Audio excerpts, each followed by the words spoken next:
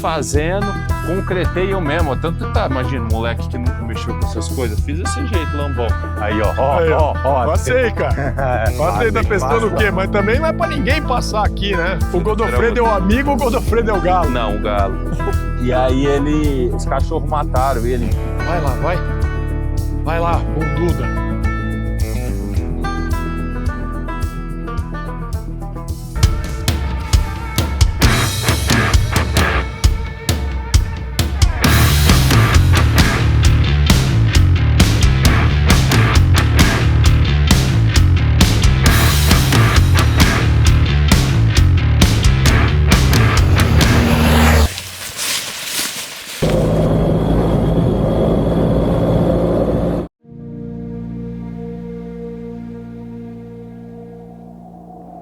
Tem lugares que não saem da gente.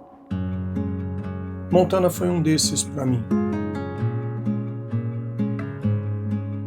E sem saber, também foi pro Olavo.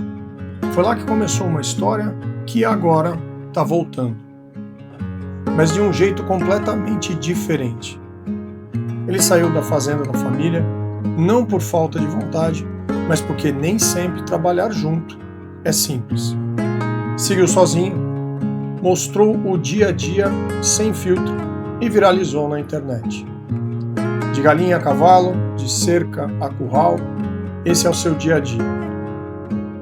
Agora, ele está voltando para os Estados Unidos. E não para o mesmo lugar onde tudo começou, mas dessa vez com uma história nova para construir e contar. Eu estou agora na região entre Olímpia e Barretos. Vamos visitar dois caras sensacionais. E a conversa hoje à noite é daqui a pouco, né? Tá acabando o dia, foi o dia inteiro na estrada. É com o Olavo. O Olavo é um cara sensacional. Já falei dele para vocês na primeira temporada. O Olavo fez um grupo de mentoria com a gente uma vez, antes da pandemia. O menino que sempre se envolveu aí numa questão de produção e quis fazer parte do movimento da fazenda, da família. Então ele teve com a gente num programa de mentoria em Três Lagoas, onde foi um negócio super bacana que a gente fez. Então lá foi a gente se conheceu. E depois, com o negócio da pandemia, o Olavo começou a mexer bastante com a internet. Hoje, provavelmente você sabe quem que ele é. Então vai ser muito legal. E amanhã um outro projeto na sequência desses projetos de fenação. Olha terminar o dia com essa imagem. Então vocês vão acompanhar isso daí. Foi o dia inteiro. Estou aqui na GS 1300. Foram hoje, até agora, foram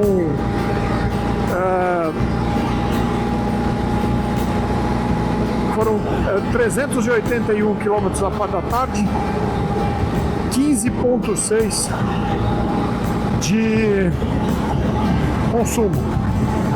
Então é muito legal você passar o dia inteiro e saber que eu vou encontrar um cara muito bacana amanhã também. Aliás, a história de amanhã é muito, muito legal. Contar a história dessas pessoas é muito bacana, mas eu estou me deslocando aqui porque é uma satisfação enorme. O estado de São Paulo com bastante pedágio, mas a estrada sempre muito boas. E agora, daqui a pouco já começa 2 pedágios autônomos. Eu ainda não sei como é que isso vai funcionar. Então daqui a pouco a gente chega na fazenda do Olavo.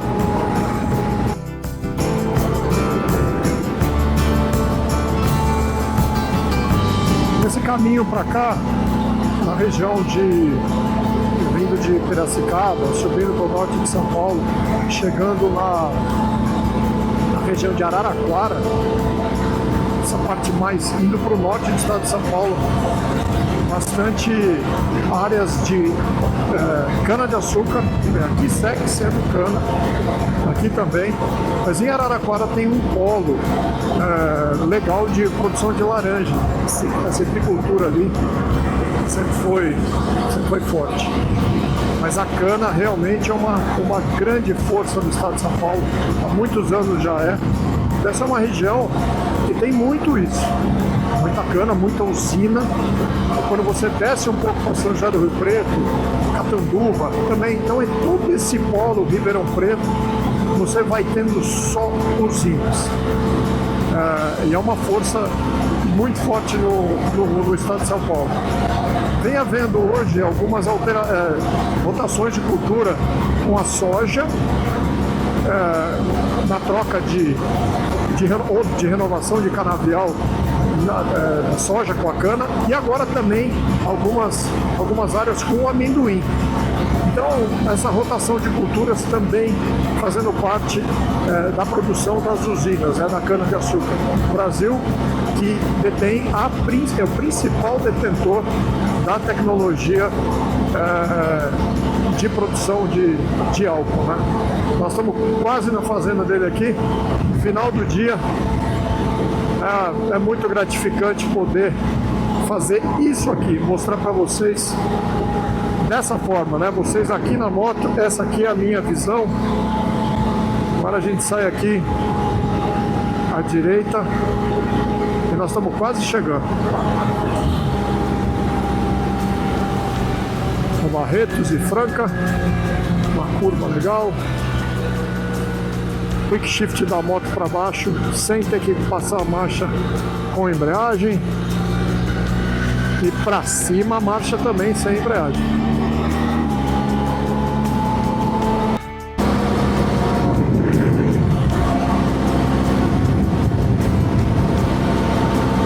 Estamos chegando aqui.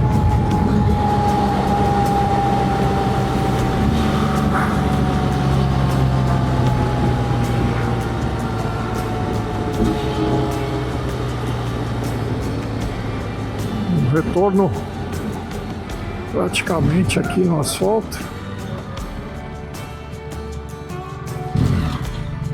Agora sim, na seringueira.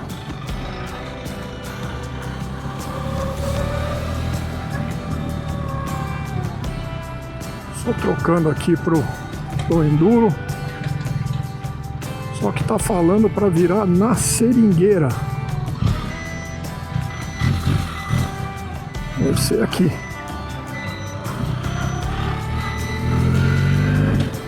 Ah, que lindo isso aqui, Terminaldino andando na seringueira.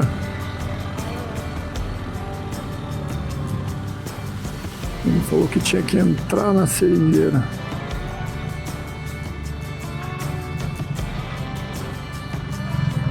Tem um cachorro aqui.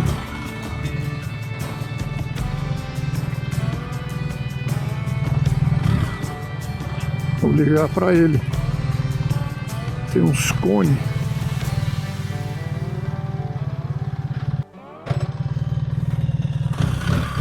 É aqui mesmo. E agora é reto aqui. Segundo ele, vira nos dois cones. Puta, que lugar, meu. Bom, a minha família, vocês viram que na primeira temporada, no episódio da Fazenda Santo Antônio, eu vou deixar aqui o QR Code desse episódio. Olha que lugar, é do meu primo que tem seringueira. E aqui de novo, ó, agora vocês estão vendo de novo a seringueira numa outra propriedade. Legal, bem legal.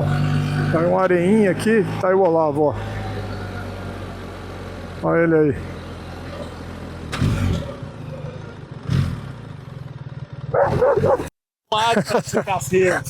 Ué? Rapaz, é equipado, hein? Você fala comigo no telefone pelo Tô falando daqui. Falando no telefone, tem aqui, ó, o intercomunicador. O telefone tá aqui nesse compartimento, tem um CarPlay aqui. E ele lê a mensagem?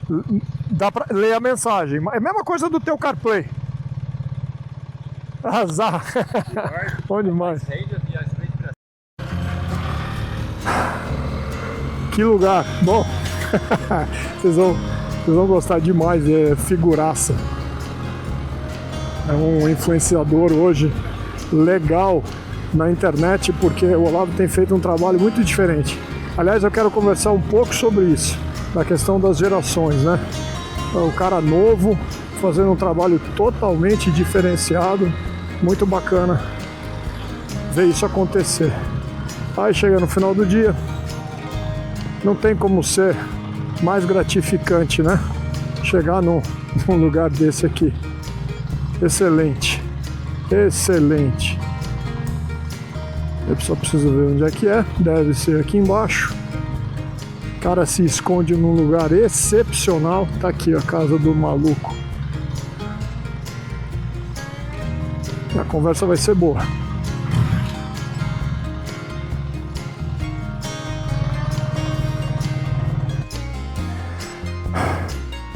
Mas olha que lugar legal, cara.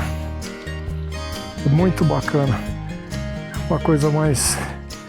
Isso deve ter uma história muito antiga, porque as casas têm já um esquema de construção mais antiga. Aqui eu não sei ainda, não perguntei pra ele. Mas olha que massa. Tudo muito legal.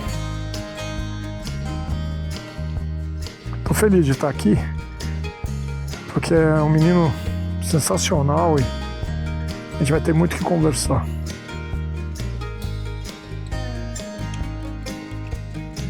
O cansaço bateu e a conversa ficou pro outro dia de manhã. A galinha fica doida ali. Mas também de manhã você trata de galinha, trata de égua, trata de gato. Eu trato do que tiver, eu gosto de tratar de bicho, trato de boi, trato do que tiver perto de mim. Olha lá, aquela ali é Filomena, ela já tá esperando com os pintinhos. Até a galinha tem nome.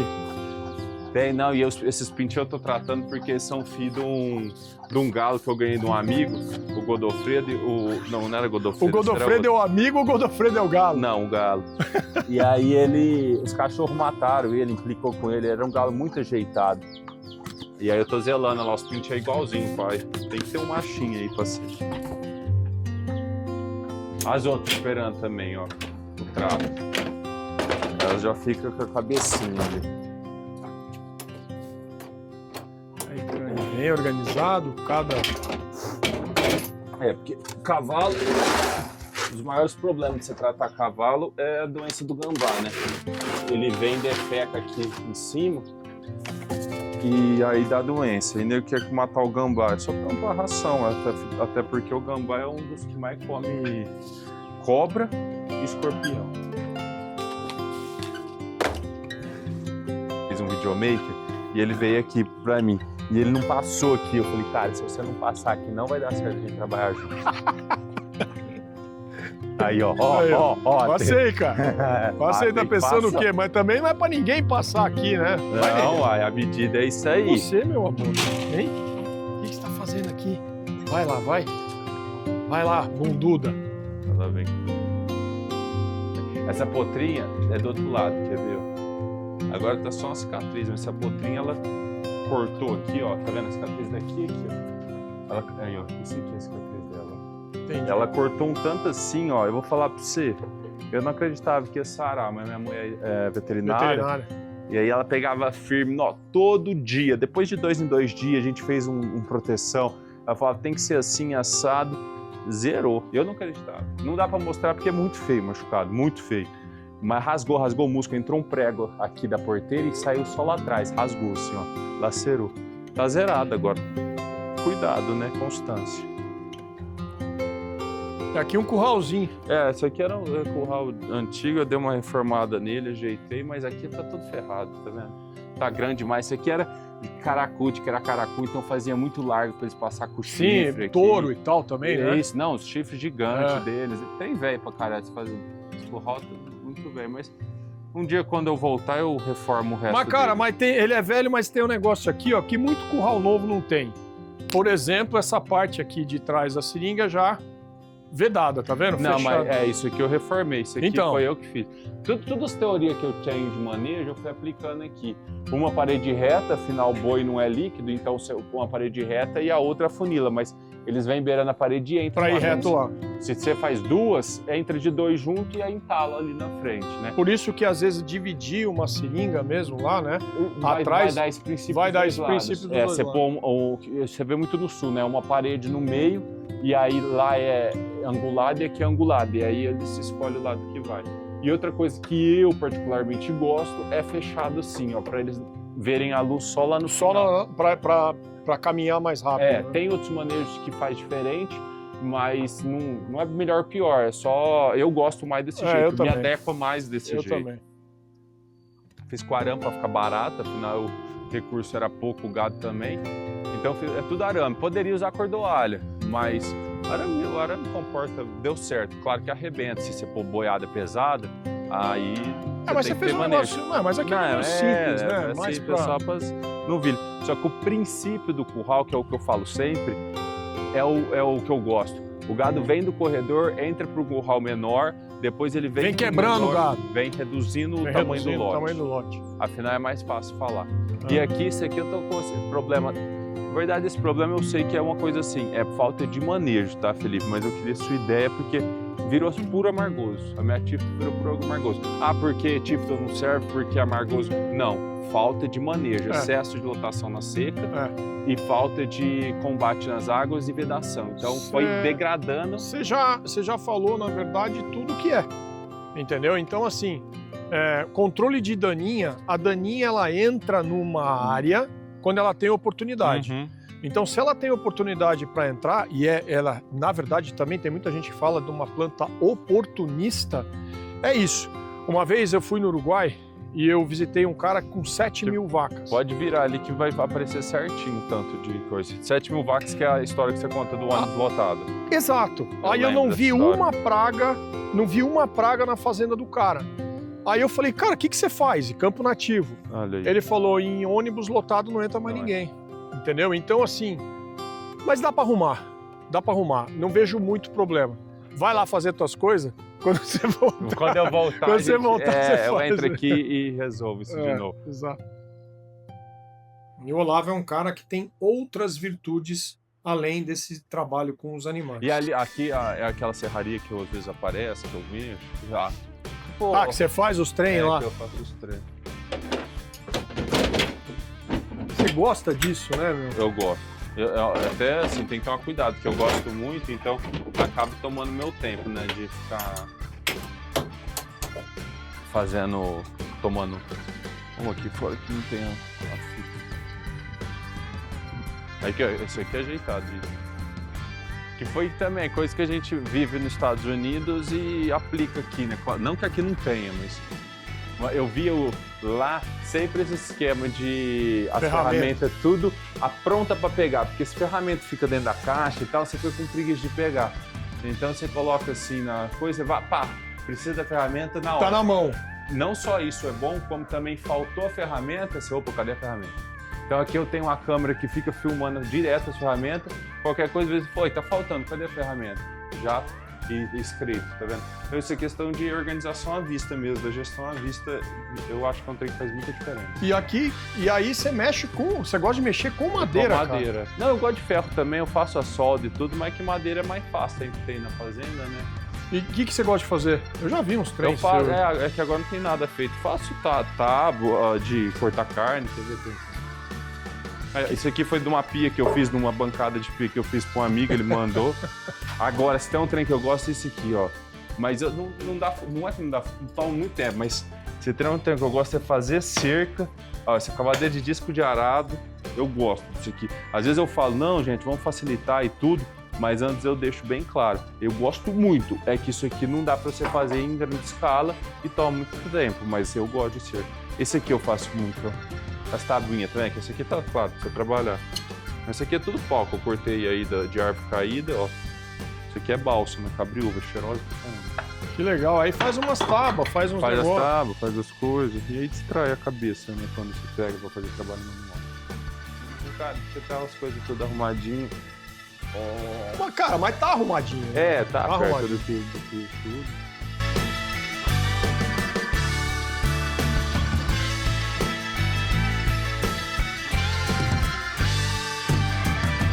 Você não aguenta, né? Esses compensados, madeirite, você tem um nome específico isso aqui, que é umas letras, eu não lembro, né? Porque cada um tem o seu nome. Tudo que você aprofunda tem um nome específico. E aí eu vi lá, cara, nevava, ficava de neve, falei, aguenta assim. Coloquei aqui já faz 3, 4 anos, desse jeito. Só que eu tive o capricho de deixar alto para lavar e para a umidade não ficar embaixo. Mas isso aqui, e facinho, você rapidinho rende, isso aqui é uma boa alternativa. Eu tô querendo fazer um forro de Pode casa fazer. com isso aqui, cara. Pode E fica fazer. bonito, né? Fica. E é bonito pra caramba. Hoje você compra, se quiser, você compra um, é mais caro, mas você compra já de ripa, isso aqui de ripa juntinho. Entendeu? E aí. Imitando o forro. Imitando o forro. Mas é de ripa mesmo, não é desenhado, é ripa mesmo. Claro que é mais caro porque é madeira maciça, mas dá certo. Claro, eu te falaria para você colocar uma impermeabilização por cima. Já tem, eu coloquei uma manta lá. Isso. E. Um animal, cara. Pode fazer que dá certo. Fazer em casa para depois poder fazer em outros lugares. Eu sempre tive isso na cabeça, eu quero ter uma cerquinha perto de casa de 2 tábuas com os pauzinhos redondos de aroeira. Aí eu fui ajeitando, cuidado que tem choque. Até que tá aí, ó, tá feito o negócio. Se roçar fica mais bonito, mas isso aqui tudo eu que fiz. Fui fazendo chegava férias da escola, eu vinha pra cá e ficava fazendo esses trem. Etapa. Queira ou não, foi uma coisa que eu tirei muito aprendizado. Eu lembro, eu chegava ali, o meu quartinho de arreio era... na fazenda. Era de terra no chão. E eu sempre caprichoso com tralha. Aí eu falava assim, cara, mas não dá, eu quero ter um quartinho ajeitado. Pode vir aqui que tá sem choque os seus filhos. Eu quero ter um quartinho ajeitado, as portas tudo ferradas. Eu peguei, eu sei lá, tive uns 17, 18 anos. Fui fazendo, concretei eu mesmo. Tanto que tá, imagina, moleque que nunca mexeu com essas coisas. Fiz desse jeito, lambão. Mas concretei, ajeitei, agora o teto caiu. Mas no todo, às vezes eu parava e falava, o que eu aprendi disso daqui, né? De fazer essas coisas, só sei fazer coisa manual. Não, eu aprendi que se eu acreditar, colocar um objetivo, ter aquela intenção e pegar para fazer, faz. É o que eu estou fazendo agora com o meu currículo acadêmico. Falei, vou estudar mais, vou evoluir. Mas veio o princípio daqui, eu consegui mudar o ambiente aqui de casa, eu vou conseguir mudar o ambiente de outros lugares também.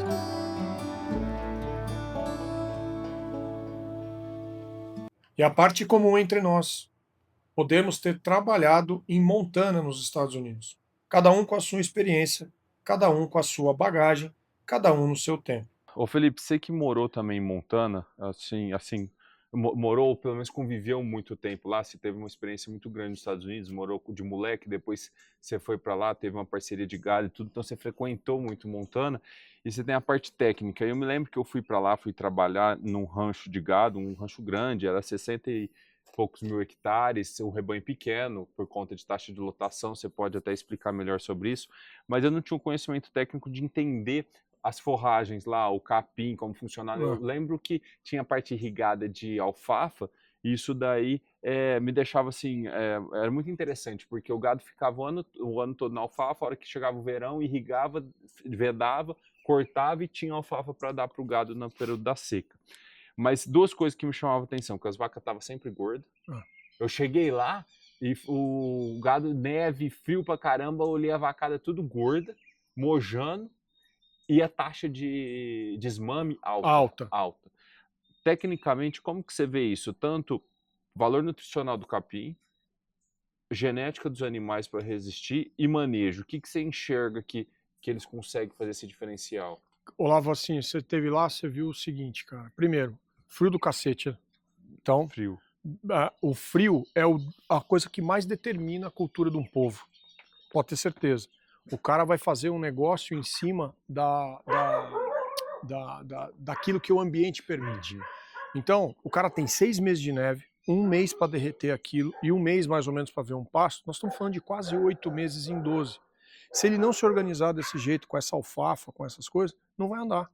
Não vai andar, porque senão como é que ele vai organizar? Se ele não tiver comida, vai morrer. Vai morrer. E aí, outra parada que é legal é o seguinte, as áreas de campo onde essas vacas estão alocadas, elas normalmente são de produção menor Então a taxa de lotação deles é muito baixa. Uhum. Em uma viagem essa semana por Montana, Rodrigo Albuquerque, um grande amigo, faz exatamente um relato sobre esse tema. Aqui é onde boa parte do bezerro americano nasce, esses campos do sistema cow-calf. Olha só, grandes áreas de pasto,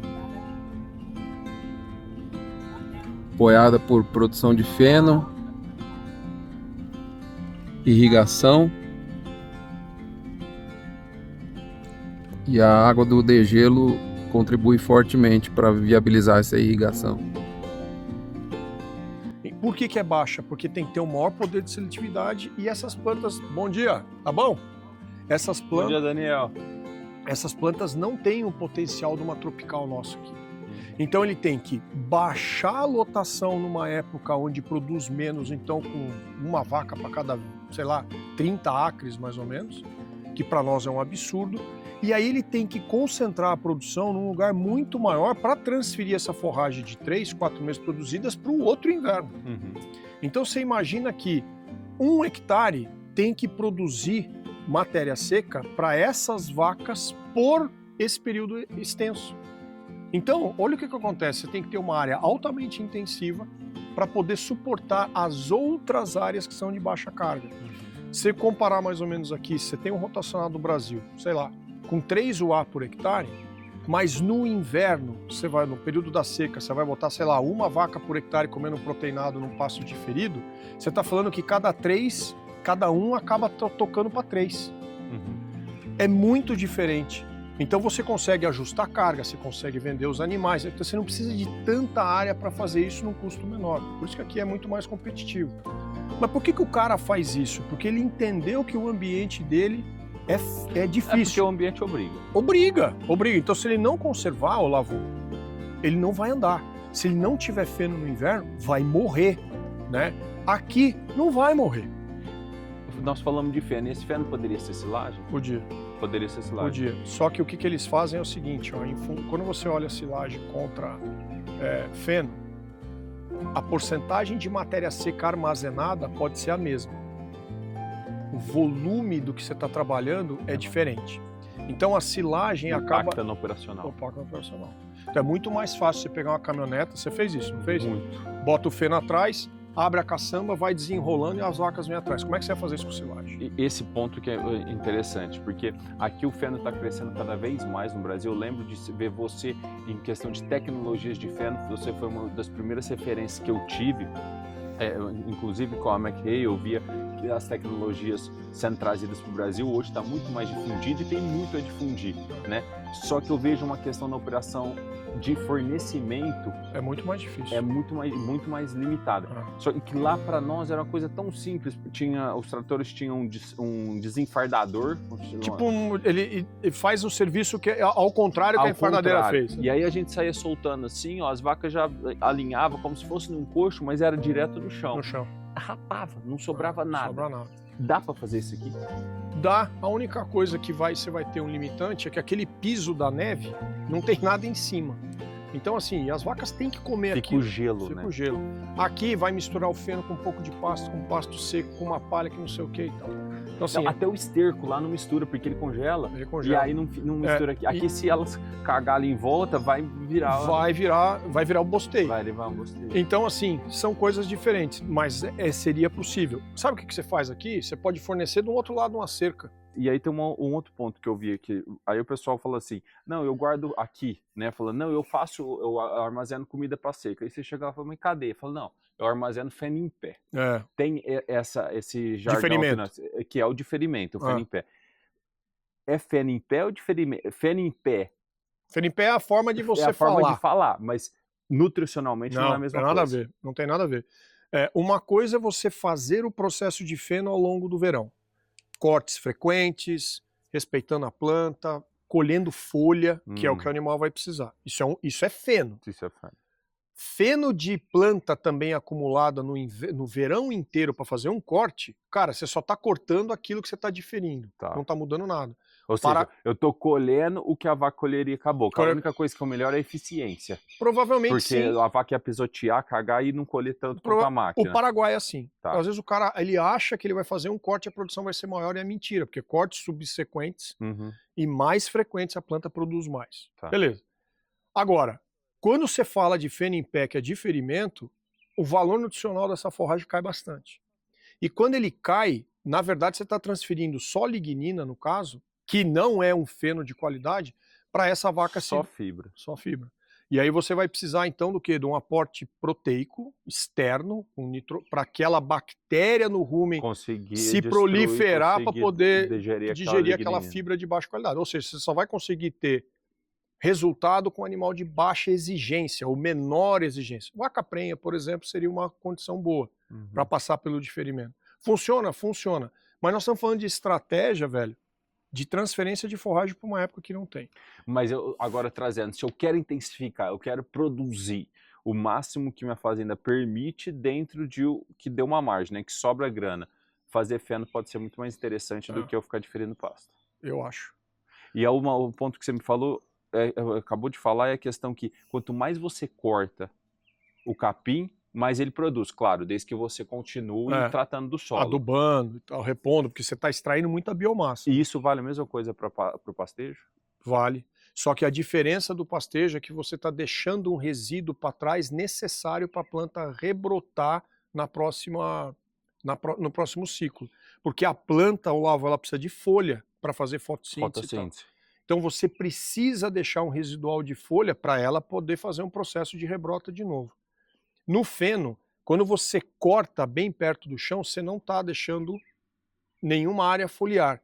Mas você tem que abrir mão de muito mais nutriente, de muito mais reposição, e aí ela demora um pouco mais, porque ela tem que fazer resíduo mais a área foliar para você cortar de novo. Por isso que normalmente às vezes ela começa até a erguer um pouco mais a altura do corte, para ser mais rápido, para ter um pouco mais, e aquela reserva ela usar.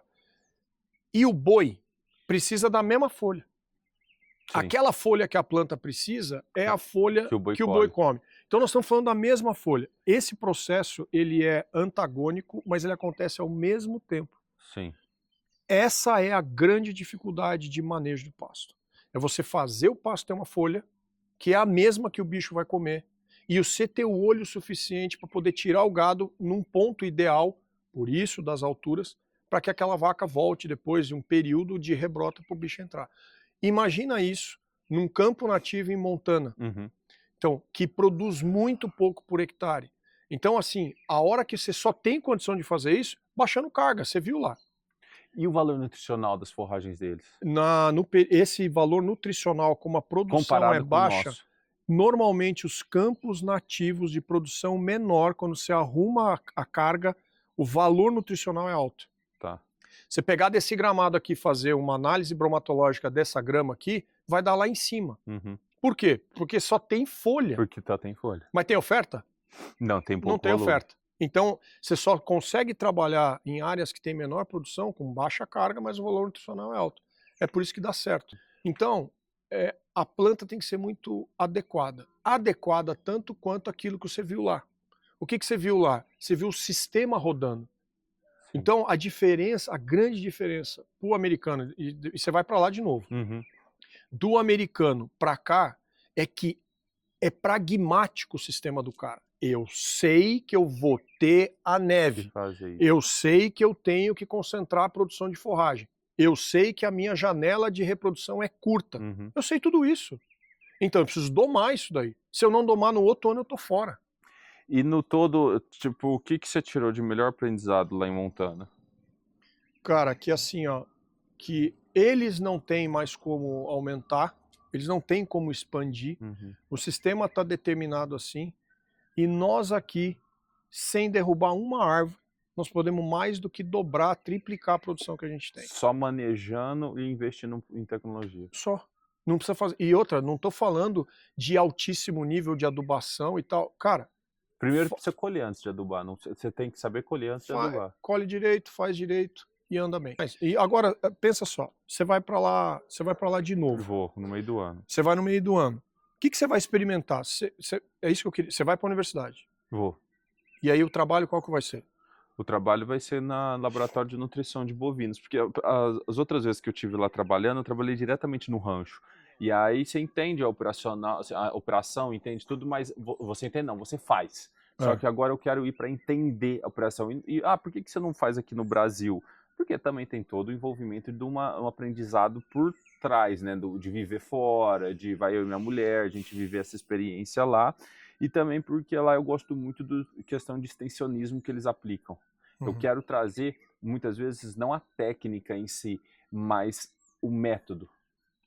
O método para o Brasil. É o que eu estou falando, eles são pragmáticos naquilo. Para deixar as coisas mais aplicáveis. Às vezes eu vejo sempre eu vejo uma distância muito grande entre o pesquisador e o produtor aqui.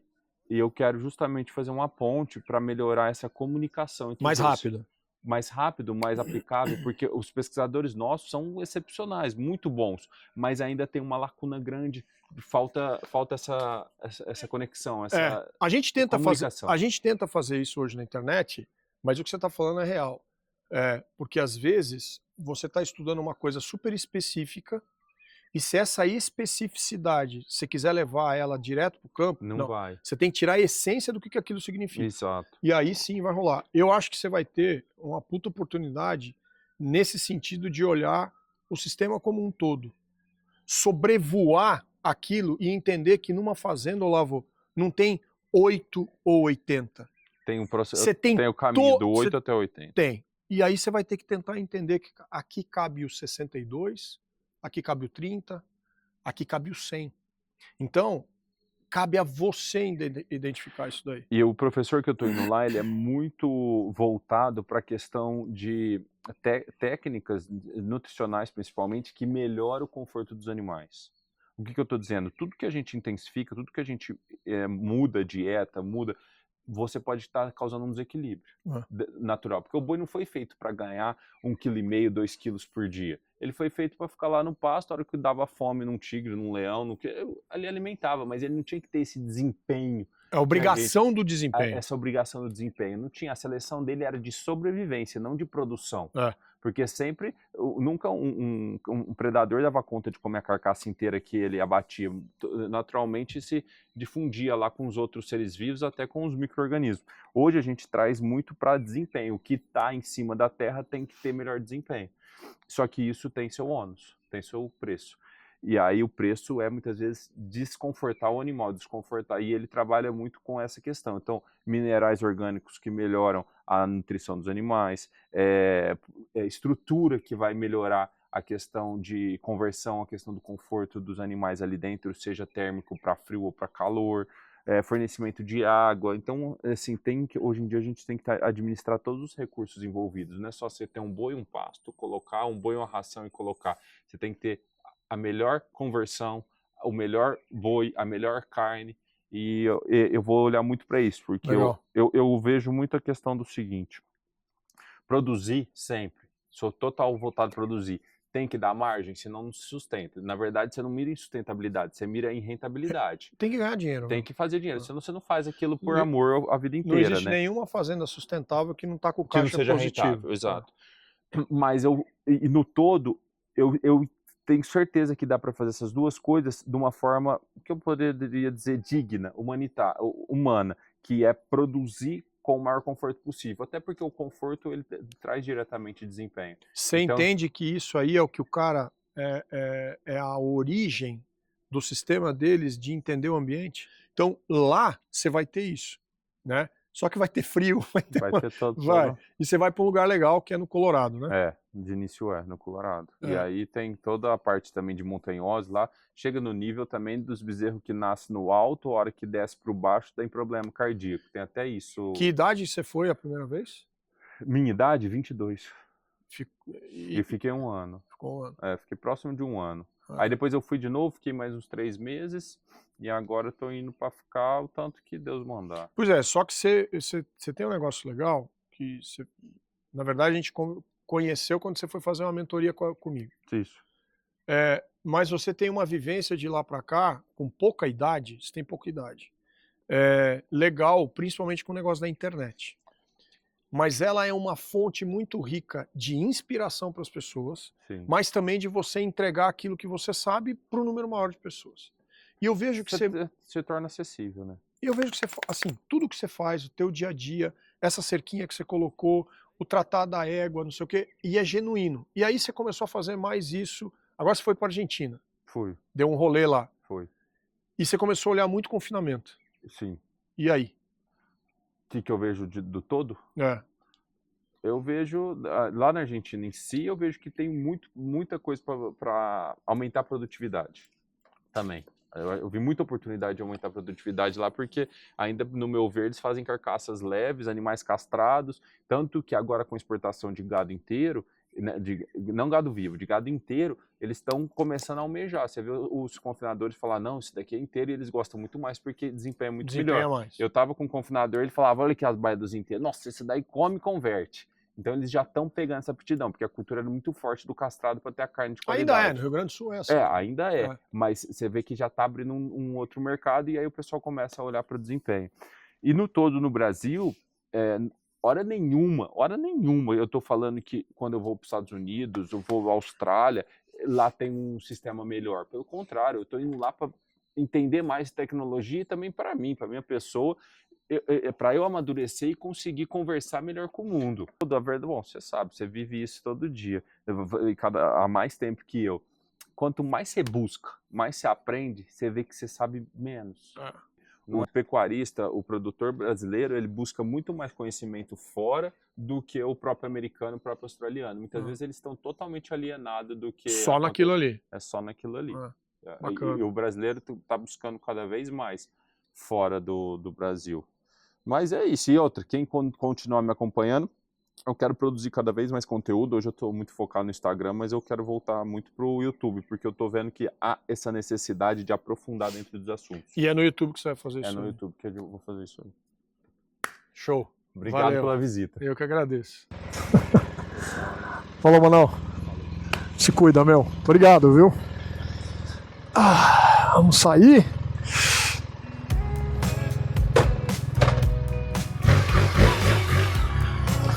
Mais um dia aqui, foi muito legal a conversa com ele.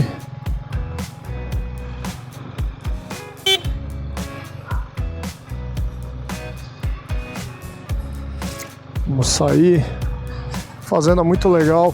O Olavo é um cara diferente porque ele quer realmente fazer a vida dele acontecer, né?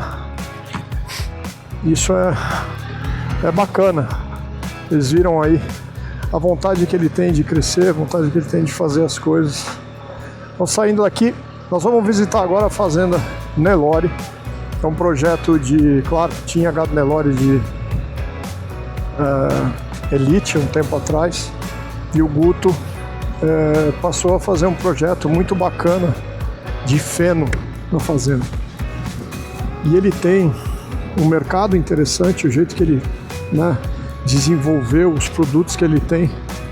E uma coisa bacana do Guto é o operacional e o posicionamento que ele gerou no mercado, expandindo cada vez mais o negócio dele. Então vai valer muito a pena conhecer esse projeto, ver a história de vida desse cara, né, que é inspiradora, e tem outras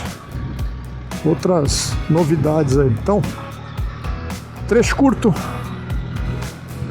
a terra que a gente gosta, mas vai ter um pedaço de novo de asfalto aí. Seringueira.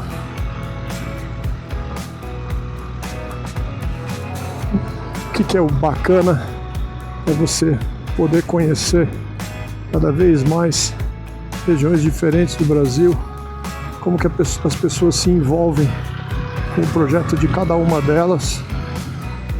E isso faz toda a diferença. Pegar um cara na idade dele e não ficar dependendo do que é a fazenda, do que seria a sucessão, do que seria ele herdar tudo isso. Ele quer fazer e ele tem essa preocupação de fazer a vida dele, né? Isso é muito bacana. Ele vai ser um cara que vai vencer mesmo nisso, porque ele está procurando de uma forma muito diferente. Eu vejo muito problema nas gerações atuais com relação a isso. Então, eu tenho certeza que ele vai ter sucesso. GS, Quick Shift agora, mudando as marchas sem a mão. Minha mão da embreagem está aqui. A gente tem aí somente 18 minutos de deslocamento. Vamos lá, mais uma fazenda. Tem gente que nasce com o caminho pronto, mas escolhe enfrentar o mundo sozinho, para descobrir quem realmente é e poder fazer a diferença no projeto de muitas famílias. Eu sou o Olavo Bottino, do @OlavoFB. A gente se vê pelo cão.